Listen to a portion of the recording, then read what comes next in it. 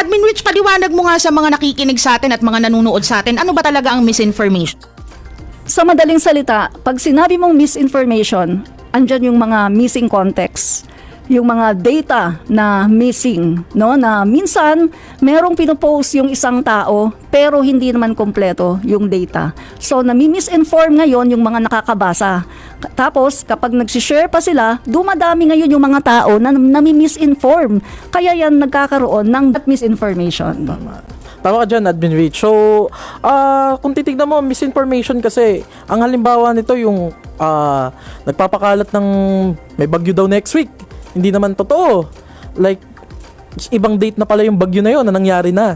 So, masasabi nating misinformation ito. Dahil makakapagpanik ito ng taong bayan kung titignan nyo, di ba?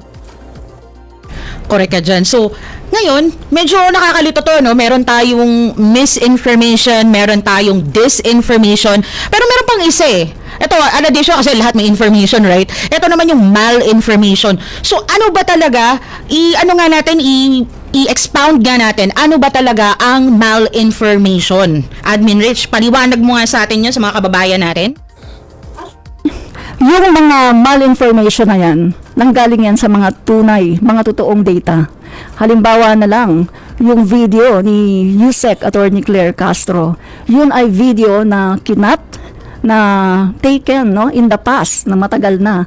At ito ay kanilang ni-repost ngayon, pinapakalat, para i-malign at sirain si USEC Attorney Claire Castro. Pero hindi nila pinost yung buo. So, kung ano lang yung nakikita ng mga tao at nagsishare sila ng nagsishare at masama yung kanilang tingin kay USEC Attorney Claire Castro. Pero kung tiningnan mo, pinanood mo yung buong video, ay iba ang makikita mo. So, ito po yun, at saka yung mga screenshots ng mga conversations ng mga, kunwari, meron kayong mga conversation na maganda naman ang usapan nyo, pero kinakat din yan at hindi pinapakita ng buo.